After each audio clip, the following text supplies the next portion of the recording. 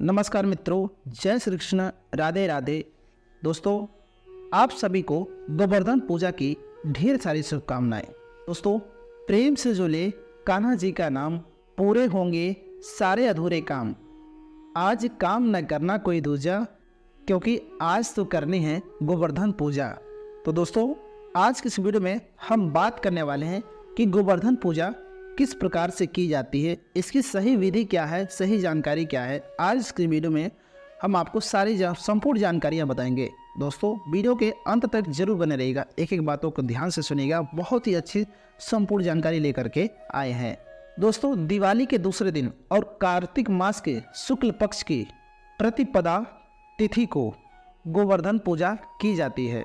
इस दिन गोवर्धन पर्वत और भगवान श्री कृष्ण के साथ साथ गायों की भी पूजा की जाती है, क्योंकि भगवान श्री कृष्ण को गायों से बहुत ज़्यादा प्रेम था।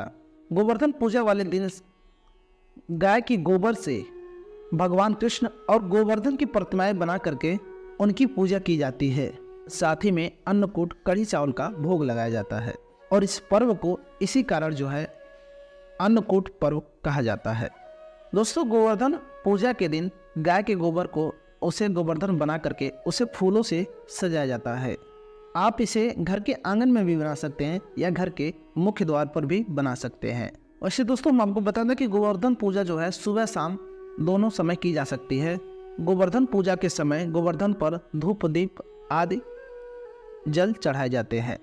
इस दिन जिस व्यक्ति के घर पे, जो ग्रामीण क्षेत्र से होते हैं, जो किसान लोग हैं, उनके घर पे पशुओं की भी पूजा की जाती है। यानी कि जो गाय होती हैं, जो बैल होते हैं, उनकी पूजा पाठ की जाती है।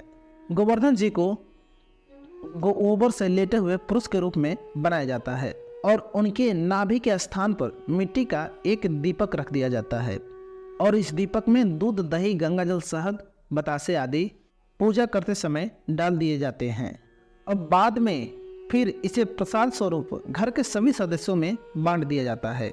बहुत से लोग ऐसे होते हैं जो गोवर्धन पर्वत की आकृति होती है भगवान कृष्ण और गोप ग्वालों के साथ और गायों के साथ बनाया जाता है। अगर आप पहले दिन सक्षम नहीं हैं, एक दिन पहले, तो आप सुबह उठ करके ही आप गोवर्धन की बना सकते हैं प्रतिमा। गोवर्धन पूजा के दिन आपको सुबह उठने के बाद शरीर पर तेल का मालिश करने के बाद आपको स्नान करना चाहिए।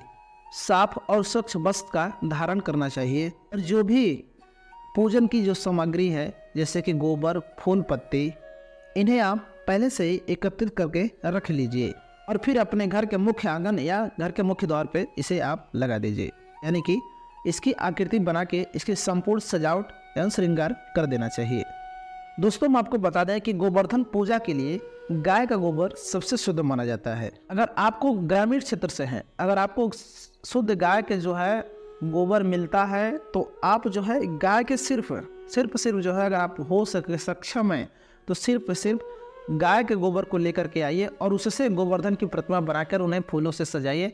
बहुत ही शुभ होगा आपके जीवन काल में, बहुत ही शुभ होगा। आपके जीवन काल में कभी भी कोई कष्ट परेशानी नहीं आएगी और आपका जीवन हमेशा सुखमय रहेगा, क्योंकि गाय का गोबर बहुत ही शुभ माना जाता है, बहुत ही शुद्ध माना जाता है। इसलिए अगर हो सके, आपसे अगर सक्षम है, तो गाय का गोबर ही आप लेकर के आएँ। अन्यथा अगर आप ग्रामीण क्षेत्र से नहीं है, शहर से हैं, तो आपको जो कोई भी पशु की गोबर मिलता है, चाहे भैंस का हो चाहे गाय का हो, जो भी मिलता है आप उसका प्रयोग कर सकते हैं। लेकिन अगर आपको गाय का मिल जाए तो बहुत ही शुभ होता है ये आपके लिए।